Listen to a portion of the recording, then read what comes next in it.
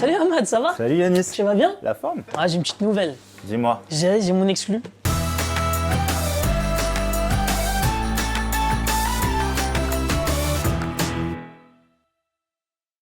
Ah, super. Bravo. Ah ouais, ça me fait plaisir, je suis super Cool. content. C'était quel bien déjà? C'est celui dont je t'avais parlé au centre-ville, la maison d'archi. Ah oui, je me souviens, tu lui avais rendu un dossier d'estimation il y a pas longtemps. Exactement, ouais, mais figure-toi que malgré tout ça, il est quand même bien au-dessus. Hein. Il veut la faire partir à 400 000.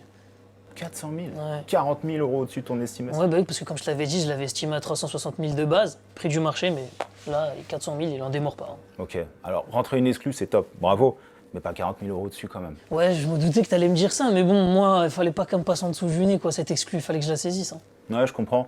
Alors, ce qui compte, c'est que tu l'aies préparé à la suite. Si tu lui as expliqué que d'ici 2-3 semaines, il ne se passerait pas grand-chose, à ce moment-là, il faudra gentiment le ramener au prix du marché, au prix de ton estimation. Ouais, je sais. Bah, je sais pas comment je vais me dépatouiller de cette histoire. T'en penses quoi, Seb?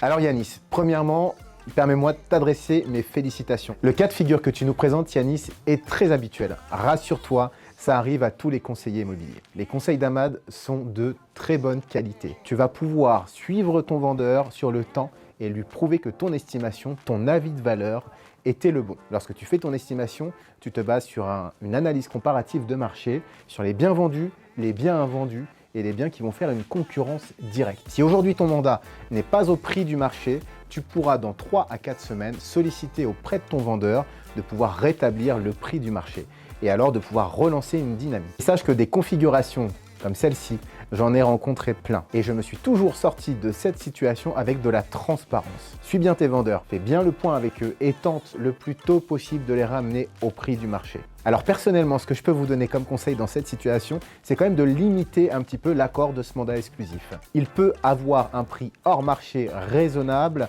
à partir du moment où il peut être amené très rapidement dans le marché. En revanche, les mandats exclusifs ne sont pas une fin en soi. S'ils sont vraiment au-dessus du marché, ils ne vous serviront absolument à rien. Alors je sais qu'une première exclusivité, c'est extrêmement tentant. Si vous avez la conviction que le prix ne bougera pas, je vous conseille de refuser ce mandat. Savoir dire non, c'est faire preuve de professionnalisme. Je vous souhaite de très belles affaires, mais surtout de très belles exclusivités.